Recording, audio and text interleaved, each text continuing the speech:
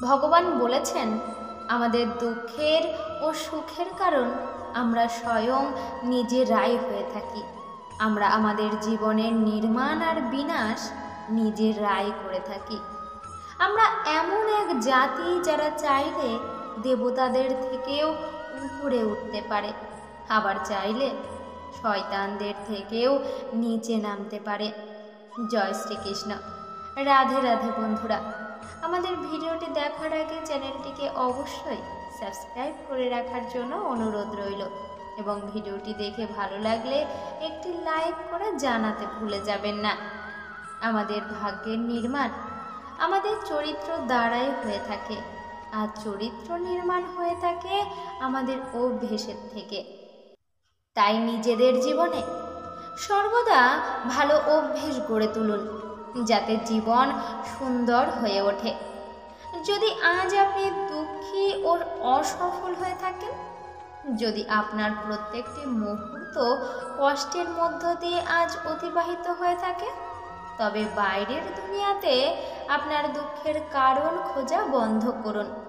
তার থেকে বরং নিজের মধ্যেই দুঃখের কারণ খুঁজুন। কারণ কি? মনের দরজায় ধাক্কা দিতে থাকুন, ঠিকই কারণ খুঁজে পাবেন। হাত গুটিয়ে বসে থাকলে যেমন সফলতা হাতের কাছে চলে আসবে না, তেমনি দুঃখে বসে বসে কাঁদলেও দুঃখ দূর হবে না। তাই দুঃখের কারণ খুঁজে তার সমাধান করার চেষ্টা করুন। আপনি জীবনে তা পাবেন না যা আপনার যোগ্য, আপনি তা পাবেন আপনি নিজেকে যার যোগ্য মনে করেন। আর আপনি যদি নিজেকে ভাগ্যের থেকেও অধিক কিছুর যোগ্য মনে করেন এবং আত্মবিশ্বাসের সাথে তা পাওয়ার জন্য নিরন্তর চেষ্টা করতে থাকেন, তবে আপনি ল অফ অ্যাট্রাকশনের সাহায্যে তাও পেতে সফল হবেন। তাই নিজেদের বিচারকে সর্বদা পজিটিভ রাখুন, উঁচু রাখুন, শুভ রাখুন, শুদ্ধ রাখুন। কারণ ভগবান নিজেই বলেছেন, ভগবান কখনোই আমাদের ভাগ্য লেখেন না, আমরাই আমাদের বিচার দ্বারা, কর্ম দ্বারা, ব্যবহার দ্বারা, চরিত্র দ্বারা আমাদের ভাগ্য নির্মাণ করে থাকি। লোকে কি বলছে সেদিকে নজর দেওয়া বন্ধ করুন। তারা তাদের কাজ করছে, আপনি আপনার কাজ করুন। নিজেকে সর্বদা শূন্যের রূপ মনে করুন। নিজেকে বড় না ভেবে সবার পিছে থাকুন, কিন্তু যে আপনাকে নিজের করে নেবে তাকে 10 গুণ করে তুলুন। অহংকার কিসের? অহংকারকে ত্যাগ করুন, কারণ এই অহংকার এতটাই ভারী, যার সাথেই থাকুক না কেন তাকেই মাটিতে লুটিয়ে দেওয়ার ক্ষমতা রাখে। তাই অহংকার থেকে দূরে থাকুন।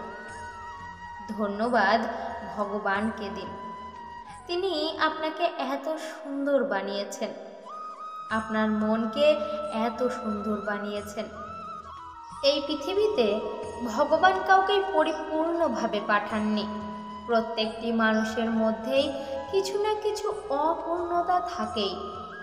কিছু মানুষ এই অপূর্ণতাকে মেনে নিয়ে এই দুনিয়াতে লড়ে যান এবং নিজেদের নাম অমর করে যান।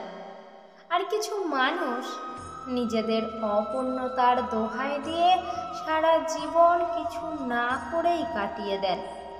কেউ বলছে আমার টাকা নেই, সুযোগ নেই, পরিস্থিতি নেই, ভাগ্য নেই।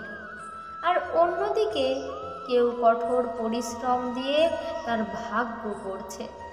কখনো একলা নিজেকে প্রশ্ন করেছেন, এই পৃথিবীতে আমরা কদিনই বা থাকব?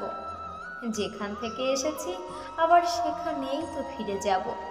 কেউ আমাদের মনে রাখবে না, কিন্তু যদি আমরা এমন কিছু করে যেতে পারি, তবে দুনিয়া আমাদের এই কর্মের মধ্যেই আমাদের মনে রাখবে।